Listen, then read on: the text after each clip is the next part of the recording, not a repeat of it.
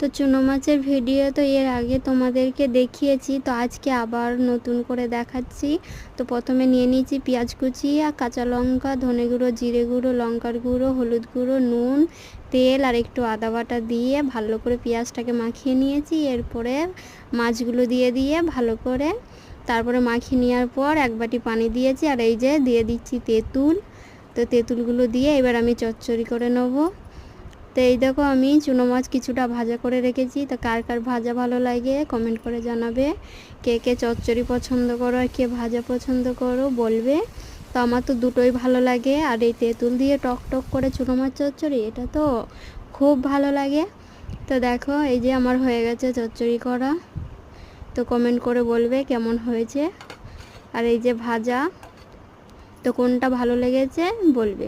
ভালো লাগলে ভিডিওটা লাইক করবে।